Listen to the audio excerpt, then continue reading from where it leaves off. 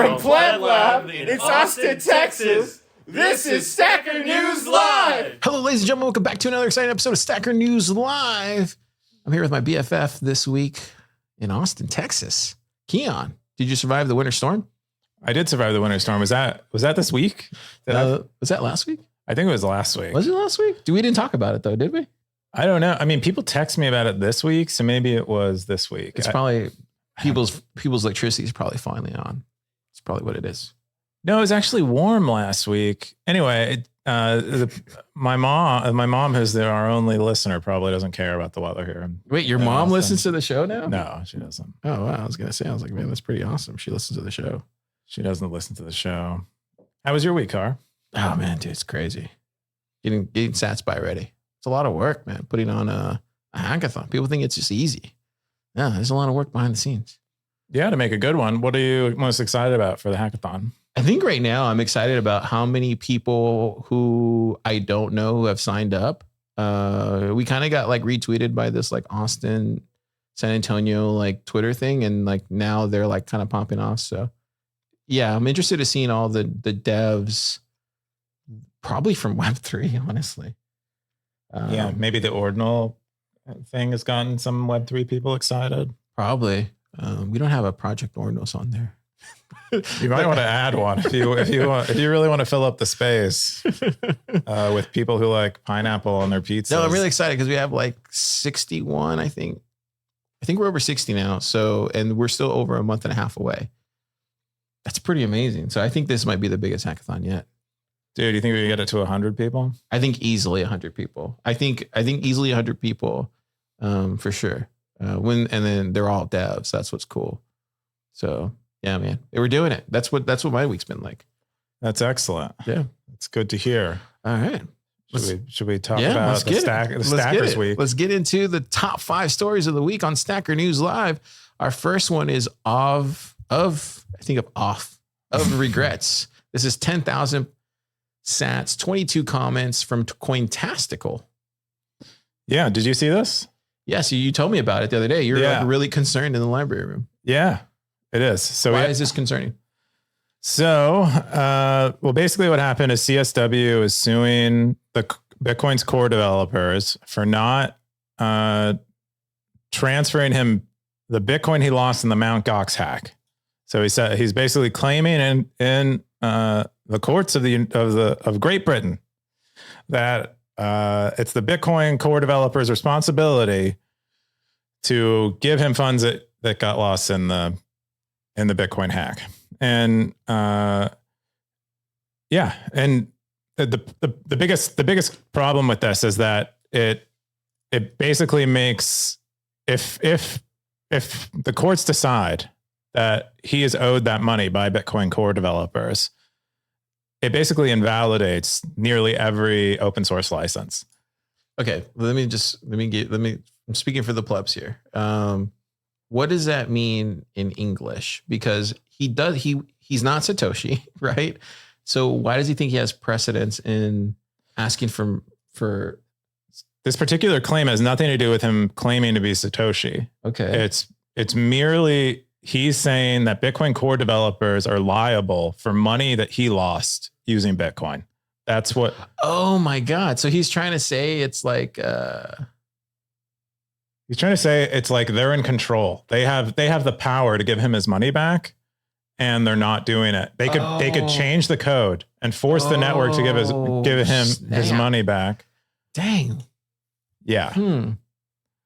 And so if you're familiar with open source licenses, nearly all of them have a clause in it specifically designed to eliminate the possibility of this type of suit. It's MIT license, right? Is this? Yeah. Bitcoin Core's license is MIT license, a very common, like one of the most permissive licenses out there, but it has this clause in it, like many of them do, like nearly all open source licenses do, that say, if you use this software, I am not liable for any kind of damages that you have as a result of using it. So it falls under this then, right? Yeah, but not it. It's possible. We have a lawyer who is a pretty regular stacker who came in and said, different jurisdictions have different rules, and often courts do not allow rights to damages to be contracted away.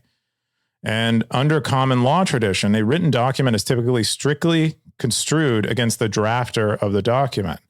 So in other words, if it's a close call, the party who created the document loses. Of course, I'm speaking in generalities. So this is really bad. This is bad for open source software generally. This means that if CSW wins this suit, I mean, it means a lot of damages for the Bitcoin Core developers. It means that we'll probably send a lot of them underground, but more generally, this in the UK at least, open source software will cease to exist open in the clear. It will become an underground thing that you have to like, I don't know, more or less pirate or get, somehow distribute anonymously because you don't want to get sued like this over, software you're providing to someone for free. I think at this point I'm realizing like he's funded by the WEF, bro. You think so? I mean, at this point, like why is he doing this? Like other than just like to kill Bitcoin.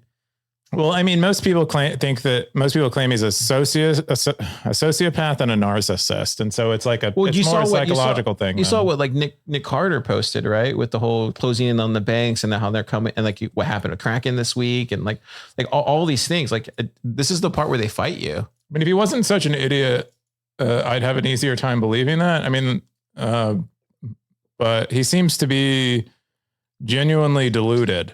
Based on a long history of doing this kind of thing. So I don't know, man. This is crazy. I don't know. What type of person are you to like, gosh, that's crazy. Did anybody from Bitcoin Core comment? You probably can't, right? Like, well, the guy who wrote this, so we have to look at this on the Wayback Machine because he put his entire GitHub repo or all of his GitHub private now. So even his blog isn't available anymore because he's probably just concerned around all types of liability or he's just making a statement. We did have Merch come in Merch came in? Yeah, Merch came in. Is he a Bitcoin Core developer? He has contributed to Bitcoin Core. He contributed, I believe, quite a bit to coin selection in Bitcoin Core at one point in time.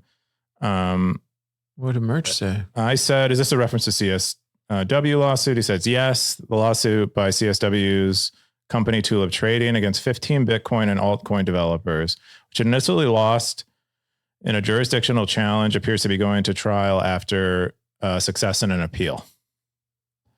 So Greg Maxwell talked about it too, it looks like. Yeah, Greg Maxwell had a big comment on Hacker News, and he kind of explains in detail what's going on. But yeah, I really hope that someone like the Electronic Frontier Foundation or GitHub shows up and helps defend these licenses. Certainly GitHub, because they basically wouldn't be able to. Who's the judge that gave the appeal? That's the biggest question. I would guess someone who doesn't even know how to use a computer is likely a part of it. It makes me want to investigate this. But laws don't depend on reason. They depend on like precedent. They depend on like things that have already been decided in the past. So I got a lawyer joke for you. Okay. A housewife, an accountant, and a lawyer were asked, how much is 2 + 2? The housewife replies 4. The accountant says, I think it's either 3 or 4. Let me run those numbers through my spreadsheet one more time. The lawyer pulls the drapes, dims the lights, and asks in a hushed voice, how much do you want it to be? Wow. There you go.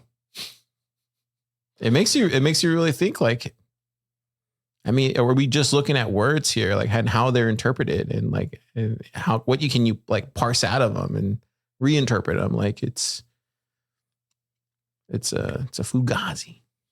Yeah, it's really it's kind of disturbing to me.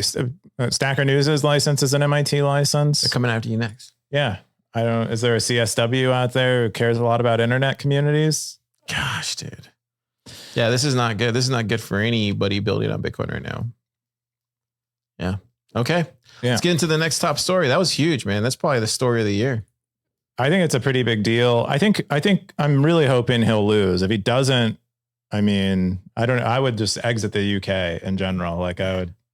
that would cause me to leave a country. Man, this bear No market open just source keeps software. getting worse and worse and worse. All right, we got Caldo. Word guessing game meets Noster. 21,000 cents, 18 comments. Ed Block. This is Stacker. What is this, Keon? Yeah. Have you played Wordle before? No, but I know you guys are super used to play it all the time. Yeah. It's like a fun word guessing game, and you get like, it like kind of shows you what you get right over time. So it's kind of like crossword, but like a little, one specific word. Anyway, someone built a Wordle bot on Noster, and you can win Bitcoin prizes by winning it. Dude, so many games being built on Bitcoin now, right? Yeah. I mean, Bitcoin rewards make a lot of sense, I think, in this kind of context. And here's like Cow Labs. I love it. Here's David King playing it. You at Cowdle and you send them #game, and then a game starts, and then you can begin to play. I don't know how the layout exactly works. I haven't tried it yet, but you can see here there's a winner declared, and then there's like more winnings, but here's like the layout. So someone guessed candle, and then they got 2 of them right. Yeah, it looks confusing as hell, but hey, it'll get better, I'm sure. Oh yeah, absolutely. Yeah. I don't know. Pretty fun. Pretty cool to see this kind of stuff appearing on Noster. You know, like there's a lot of Twitter stuff like this. Natural to see them on Noster as well. Yeah, it would be cool to see a lot more games get built. I think somebody should spearhead that. That would be cool. Yeah, I like text-based games. Somebody should do an Oregon Trail, but like with Lightning. I'd play that. Oh, that would be cool. Or like Carmen Sandiego. Did you ever play that game? It was a show too, but yeah, you should reach out to Thunder Games. Maybe they'd be interested in making a Oregon Trail. Really cool. Oregon Trail would be amazing. Yeah. All right. The next top story is Lightning for everyone in any app. Lightning as a service with the Breeze SDK. This is 10,000 sats, 13 comments from K Rook. Yeah. Forwarded to Roy. Oh, nice. Oh, is this another Roy banger of a Medium post? It's another Roy banger. This guy just he hits them. They're always so good. Yeah, this one is a little bit different because he's talking kind of about a specific software library launch. It's an SDK to basically use some of the infrastructure that Breeze is building. So if you remember, I think Breeze recently raised like $5 million. Because to move kind of transition into this Lightning infrastructure as a service. And so they've already made their first release. Very fast. Yeah. Very fast to deliver. I think it's still in development, but you can tell they've already thought about it pretty thoroughly. But basically it would allow anyone developing a Lightning app to give their users a non-custodial experience and using Blockstream's Greenlight service, backed by Blockstream's Greenlight service, but provided through an SDK that Breeze provides you with. So if you're familiar with Blockstream Greenlight allows you to run a node hosted by Blockstream, but they don't actually hold the keys. But doesn't Lightning Labs do the same thing? Don't they have their own Connect, like LND Connect? Is it the same thing? No, it's not. It's not. What's the difference? So Blockstream runs these nodes for you. Okay. And then LND Connect? Or Lightning Node Connect is purely just a more simple way to connect to a node you might be running at home, and specifically one that's behind a NAT. Okay. Yeah. Something like a node that doesn't have a public IP address that you want to communicate with it to. It provides a turn relay. Okay. Like a kind of an intermediary node to talk through. But this last product, that's a great name, by the way. This last product is going to be integration into Blockstream Greenlight then allows somebody, I don't know, maybe they're doing a hackathon, a project, and they want something to connect to right away. Is that different than Voltage, or is that how it? It's a very different model than Voltage. It's kind of So it would be like you sign up for a stacker. The way I imagine this is intended, and Breeze points to some use cases, or no, Roy points to some use cases down here. But imagine you sign up for Stacker News, and rather than me giving you a custodial wallet, a term that Roy despises, rather than give you a custodial wallet, what I do is I spin up a node using Breeze SDK. I spin up a node on Blockstream Greenlight for you. And then you hold the keys for it. And that's basically, that's how, so your funds, I'm never in custody of your funds. You are, because you have the key that actually holds them. That's actually a good idea. Yeah. And then so every user has, the idea is for them to create a service that allows anyone who's creating a Lightning product to be able to provide their users with a non-custodial option. Wow. That's very minimal in term and make that, they're trying to make that UX great so that they already works. do podcasting so well, right? Like they already do so many things already great. They're just adding this to their, God, that's really cool, man. Yeah. I think this is like the transition of their company. It says here, consider our podcast player a proof of concept. But imagine making a video narrative without episodes, just 4 or 12 hours long, and users pay by the second or minute they watch. Extrapolate to music, extrapolate to text content. He talks about likes in a social media context. I need to get Roy on the pod, man. I need to pick his brain. I hear he's like one of the smartest people in Bitcoin. This is what I've heard. Man, yeah. Has Rook talked to him yet? Probably. Oh, okay. Maybe I can watch that. Maybe not though. They might. He's from what I understand, he's like in Tel Aviv, so time zones might be tricky. But yeah, I mean, he even talks about DLCs. Yeah, I mean he runs the whole gamut here with things that can be done. If you go to the GitHub page, they kind of have an architectural overview, but they provide you things like an LSP, so you can do swaps. They plan to do things with fiat currency, so maybe they'll even provide some on ramps and off ramps. So cool, man. Yeah, they plan to be like a full suite deal. So cool. This is what I love. I'm a visual guy. I need to write in order to learn. Like I love that he's doing this. He's putting it out there, letting everybody kind of look at it and understand it, and then you're able to interpret that data. Keon, I appreciate it. Heck yeah, pretty cool, man. This is cool. This is damn. It's a really good post. Yeah. What did the stacker say about it? Very inspiring. Wow. Yeah. We'll keep this. Yeah. Yeah. So they're saying the same thing we're saying. Looks very yeah, that looks cool. Really cool stuff, man. Yeah, I think Greenlight is awesome, and it's really cool that Breeze is providing like a straightforward, a service layer on top of it to make it easy. The more options, the better, right? Yeah. The more options, the better. This is another option for the devs. Cool. The next top story is anonymity. Make a persona, not a mystery. Derek Sivers, great for Bitcoiners. This is 730 sats, 5 comments. Leaf Ophianist posted this. Yeah, cool. Are you familiar with Derek Sivers? No. Do you remember CD Baby? The platform? Yeah. Yeah. So Derek Sivers is the founder of CD Baby. What? Yeah. Pay me my money. No, I'm just kidding. I encountered Derek Sivers, I think on like a Is he on Stacker? No, he's not. This wasn't him that posted it, but he wrote this blog post about anonymity. So it's kind of relevant for Bitcoiners, but he started CD Baby. I heard him on a Tim Ferriss podcast like years ago, and I read the first book that he wrote, and I really loved it. He's very good. He's very succinct. He like gets to the point very fast and does it in a way where you are like compelled to engage with it and read it. And anyway, very good books. He has like 4 of them now. I've only read one. No idea he was the guy that did CD Baby. Yeah.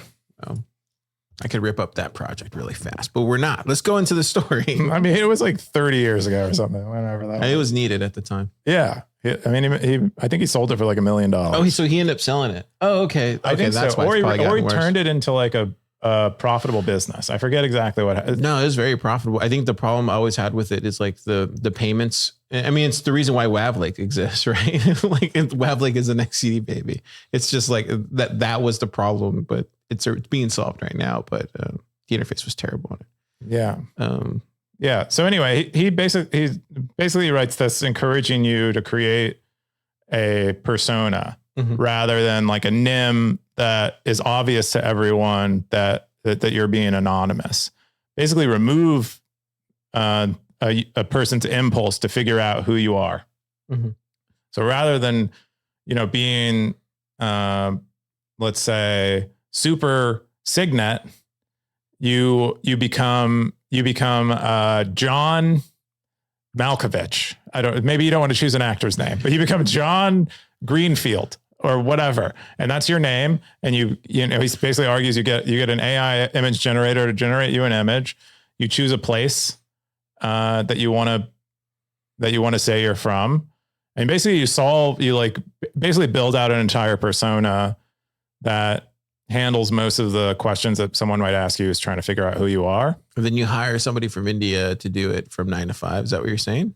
No, he's not saying anything that complicated. He's just saying, if you want to be anonymous, just make a persona, a full persona, and don't make it obvious that you're hiding your identity, because it's going to lead people to be curious and try to solve a mystery.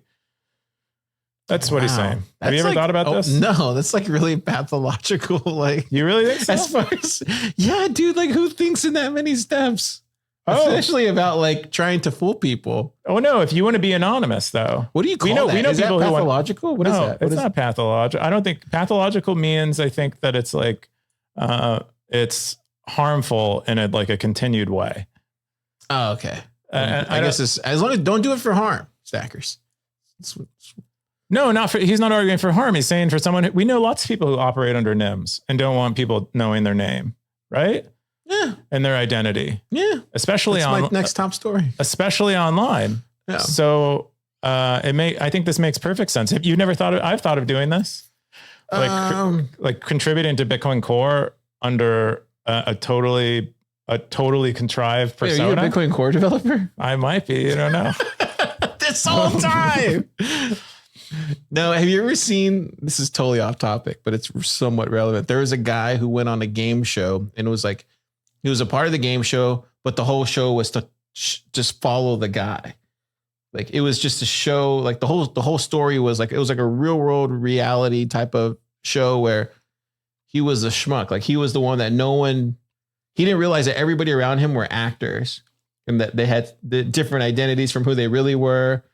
But it was all an act, and he was the only one in this like Truman show. Yeah. But it was a television show where you were competing in a game. I think many people have seen Truman Show, right? Yeah, so it's not Truman Show. This was like an actual real life thing, like actually happened in real life, where they actually did a whole game. Imagine you're watching Survivor. Yeah. And you're in Survivor, and everybody around you is actors, and the whole show is about you competing in the Survivor thing. And you think that you're winning these tournaments, but you're not. It's just like, the whole thing is scripted, more or less. Yes. Except your part. Yeah. So what I'm trying to say is like, dude, gosh, I don't know. How do you keep that going? Like how would you keep a persona and Satoshi did it, right? I mean, that's kind of the idea. You're just trying to protect your real life. That's from something like a lawsuit from CSW. Oh yeah, that makes sense. Like that's the motivation for doing something like this. It's just sad to see that it's resorted to that. Yeah. I guess that's the world we're in. That is the world we live in. All right. This is going to be a spicy topic. So here we go. Next top story is Nostr sucks. A contrarian viewpoint for 840 sats, 48 comments. Wow. From Janet Yellen. Wow. Janet Yellen is just like, she's going crazy. I had no idea Janet Yellen was on Stacker News, or that she was into Nostr, or that she knew so much about programming and security. Dude, Janet Yellen she's the real deal, dude.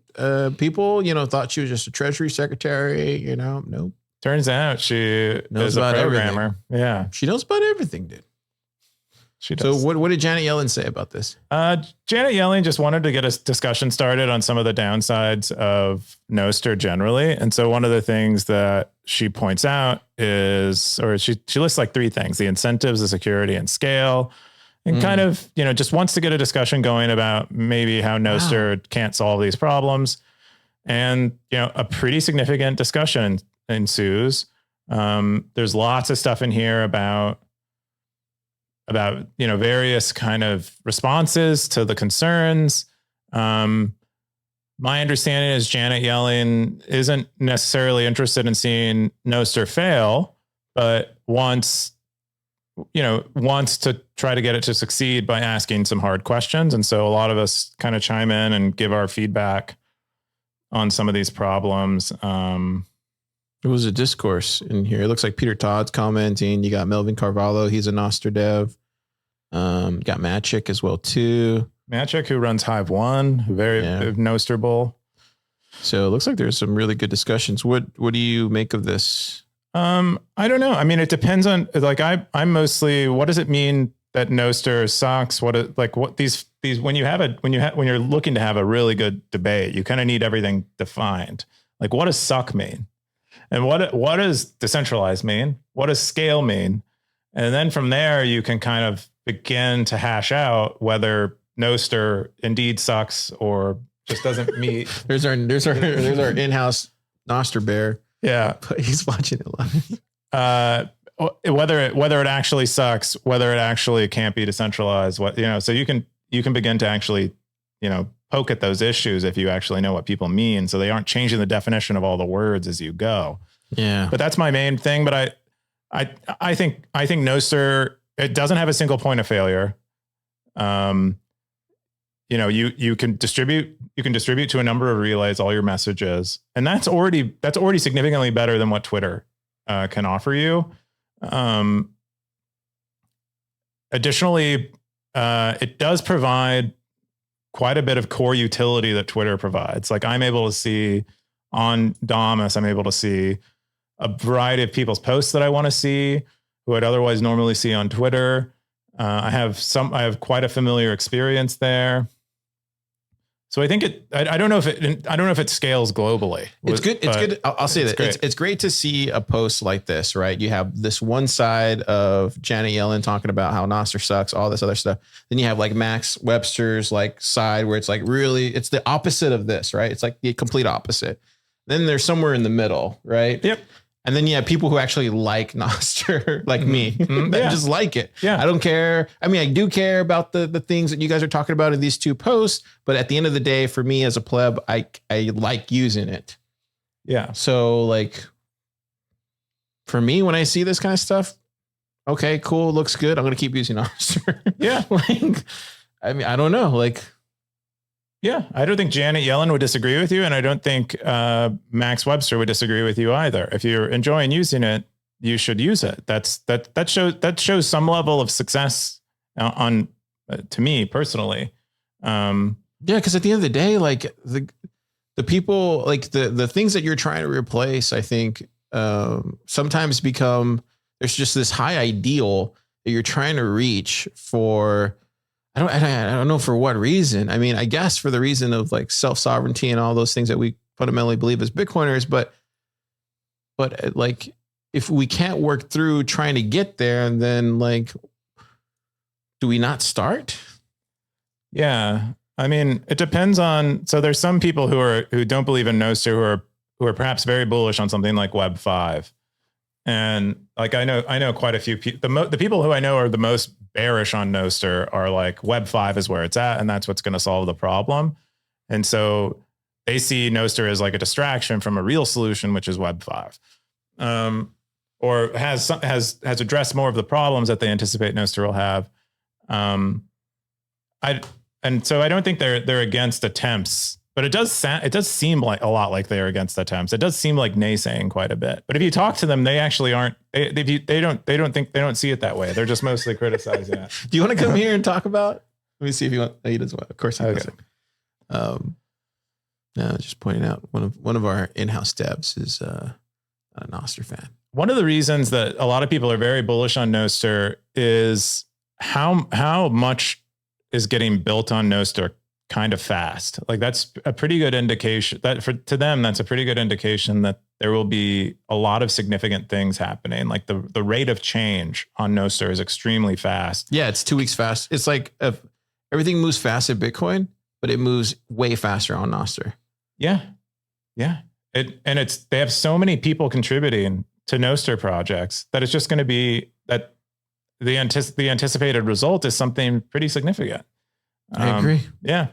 And that's most of what that's like the bull's perspective. So The bear's perspective is it's all for nothing. That's what I'm getting. That's what I'm gathering. Or because there's one comment in here. Somebody said it probably, I guess this is probably the bearish case scenario, right? Somebody said, I think Nostr is just this generation doing what the previous generation did without any awareness of the history that followed, which peer-to-peer systems with the inception in 2000, 2010 periods survived. BitTorrent, Bitcoin, Skype, Netula. And then he goes on to explain more. But my first instinct is that who will run relays? And then watching the spam fest. I don't know. That's your bear. You got your bull. I think it's too hard to tell. I think still early. I think the right position to be right now is somewhere in the middle and be skeptical that Nostr will do all the things that, the bulls say it will do, like change the world and end world hunger or whatever. There's going to be a limit to what it can achieve. But regardless, people are really excited about it, building, things that are at least fun to use. So I think this is going to be the first argument we're going to have, right? And then the next argument will be, I imagine here in the next couple months, will probably be like, oh man, the poo-poo coins have entered and now they're connected to Nostr and now it's like become its whole, now it's just whatever. It's not about Bitcoin anymore. And be like, and then I'm going to be like, well, you should have been supporting the Bitcoin movement when it was doing it on there. I suspect that's probably going to happen here fairly soon. It's not a bad point. I think another thing that might come up is centralization. There's quite a bit of relay concentration already. There's I think it's it's basically like a power law distribution, and there's roughly, I think, 5 relays that are the most popular right now. And so is that going to get worse? Maybe. And then, Nostr starts looking a little more like an oligopoly, which is arguably much better than Twitter, but maybe not much better than something like Mastodon, and at least in terms of like the governance of it. I still will go back to this point. And I think this point is probably the most important point that I'm going to make today, is that Damus, which is ran by William, is a big Bitcoin bull. Heck yeah. And he's the number one app when people are downloading Nostr. And for me, that's all I need. He's like, Damus is literally becoming the AOL of like this generation really fast. So the fact that he's getting everybody signed up to Lightning, that's all I need is that Nostr is doing everything it's supposed to be doing, because he's minting more Lightning devs. He's minting more Bitcoiners. Like he's doing everything he's supposed to be doing. As a true believer in Bitcoin, and this is why Bitcoin will win.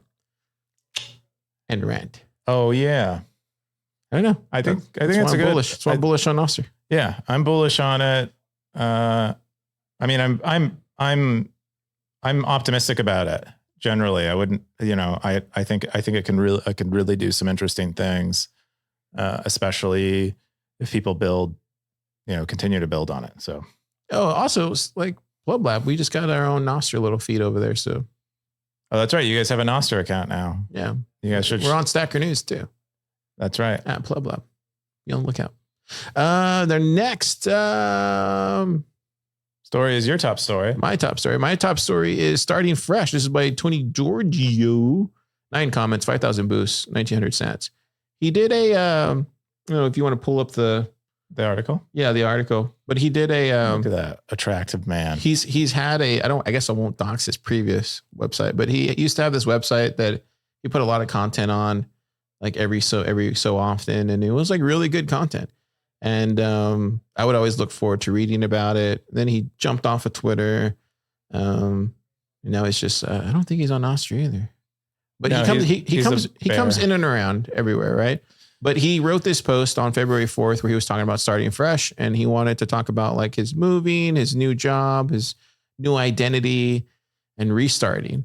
And I thought it was a very like touching post. I think for me, like knowing him, calling him a friend and somebody I can count on, like it's really cool to see people grow and like people start wipe themselves from like everything that they thought and reinventing what they want to be. And it was a really good post to read on Sunday when I read it. It was just like really touching. So I wanted to bring it to the Stackers because I think the Stackers would enjoy reading it.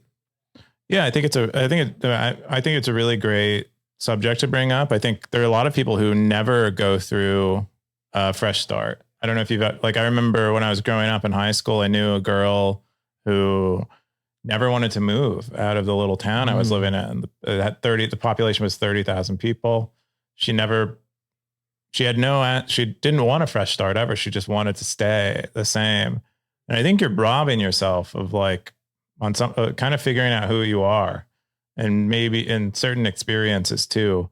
Maybe there's some benefit to that. I don't know, but I think it's worth starting fresh a couple times, at least traveling and getting something like that experience. I watched Benjamin Button over the weekend, and then I read this post, and then there's a great. Do you know Benjamin Button? I forget which book it was. It was a movie, right? With Brad Pitt. But in the movie, he goes, "For what it's worth, it's never too late, in my case, or too early to be whoever you want to be. There's no time limit. Stop whenever you want. You can change or stay the same. There are no rules to this thing. You can make the best or the worst of it. I hope you make the best of it." He goes, "I hope you have the strength to start all over again." And like when I read his post, I was like, wow, it reminds me of that. Anyways, good job, Tony. I've never seen Benjamin Button. It's like really long, isn't it? It's like 3 hours. It's basically long. Yeah, it's really long, but it's such a great movie, dude. It's like this generation's Forrest Gump. Really? You think so? Yeah. Oh, I never watched it because it was just so long, and I was like, it's like this generation's Forrest Gump. Oh, now that you say that, I got to watch it. Yeah, you got to watch it. It's really good. Plus, he's just a good person. Like Benjamin Button's like such a good person. Okay. Plus, there's a guy who gets struck by lightning like 7 times. Okay. And like throughout the movie, he like pops in. He's like, "Did you know I got struck by lightning 7 times? Well, one time I was just walking my dog, struck by lightning." And there's another time where he's just like walking by. Like, "Did you know I got struck by lightning 7 times?" So every time he talks about it. Yeah, it just randomly comes, but he's just like. Okay, so generally it's like a magical movie, like lots of silly kind of coincidences and stuff happen. In addition to the Benjamin Button thing, obviously. It just shows you how like kind of what Tony described. It just shows you how like life is whatever you want to make it, because there's no rules to the thing, you know? It's really cool. Yeah. Anyways, what's your top story? My top story, I was going to pick Tony's top story too. What? Yeah, really? So I thought, I thought we just cover that one. And once you sent me that was your top story, I was like, we don't need another one. Okay. So that was that. So we'll get into super stat segment. Let's see who stacked the most. Oh, this is day right now. Let's see for the week. Looks like Nim stacked a bunch. I don't know what they ended up doing, but Ben the Carmen? 77 comments for the week. Oh, they got 2 referrals. I might have done it. Ben the Carmen stacking them up. Well, he has a cowboy hat. He does have a cowboy hat. Appears to be he just got it. Mine is 10 days. I have a 10 day. Oh, so if you hover over it, it'll tell you how many days? How long they've owned this cowboy hat. Has Texas Slim reached out to you and told you to? Oh, it's a copyright infringement to have I know. Ed Block. We got Darth Coin in the top. Cointastical, Crypto Coin, Ninja Grandma coming in. Wow. 2-minute Bitcoin. Siggy 47. Siggy. A lot of folks spent this week. Wow, lots of people beat me this week. Earl. Big Gould? Bitgould. Bitgould works a lot on PayJoin stuff. He's very into privacy. I saw him for the first time in Bitcoin Miami at PlebFi. He did like a presentation on a wallet he was building. I forget what it's called. It's called like Chaincase, I believe is what it's called. Oh, nice. Yeah. Yeah, lots of big spenders. I can't believe I got beat this week. It's very rare. Blockchain Boog in the house. Downtown JJ. Lab Rat as well. We can see the cow. I put in top now that you can see the Cowboys with who've had their hats the longest. Yeah. It's like me, Darth Coin, Crypto Coin, Earn Bitcoin. Crypto Coin just always kills it, dude. I know. Every time I go try to do a post, Crypto Coin's already got it. I'm just like, what's the point? Yeah. Siggy 47. Let's see it looks like Peter Todd has 9 days, but everyone else has 10. Yeah, it's great to see 5. Peter Todd on Sacred News all the time, man. That's so cool, dude. Just being able to talk to him. Yeah. He's really chill too. Yeah. I thought I've met him a couple times at BitDevs here in Austin. Oh. Yeah, I've seen him around, but I don't really talk to people in person, so. Yeah. He's a great guy. Or ever, really. All right. We got our boosts here. Unless do you have anything else you want to No, we can skip stats this week. Okay. We got the boost here. This is from Blockchain Boo. He goes, I am Texas Slim! ! I love my cowboy hat. Wow. Can you believe it? I didn't realize Blockchain Boo this whole time is Texas Slim. I didn't think he was that into like Bitcoin tech stuff. Is he really? He says it right there, Kari. You're not going to believe him? No, there's no way. All right. Next time I see Slim, I'm going to ask him. Vake. He also booty said nice. That's all he said. And then, we had a question. What was the question? I think it was this one. No, that was it. All right. Yeah. All right, cool. So we got 2 boosts. Man, boosts are cranking up. What are you going to do this weekend, Keon? What am I doing this weekend? What are you doing for Valentine's Day? Oh, man, that's right. It's Valentine's Day. Man, get on it, bro. I'm thinking I'm not going to do anything on the day of. I'll do it the day after or before, just to avoid, like busy restaurant reservations, that kind of thing. We've already had this discussion. So that's what I'll probably do. This weekend, I'm trying to look for a new place to live. I'm trying to look for a new... This weekend? Oh, wow. Yeah. Well, I mean, it doesn't need to happen this weekend, but we've been doing what we call homework, where we have a spreadsheet where there's all the homes in the neighborhood that are available. You're still going to stay on that side? I love that side. Gosh. Come south, bro. That's all I'm saying. Just a little bit south. A little bit south. A little bit south. Maybe someday. Okay. All right, Stackers. We'll see you next time on Stacker News Live. Zap.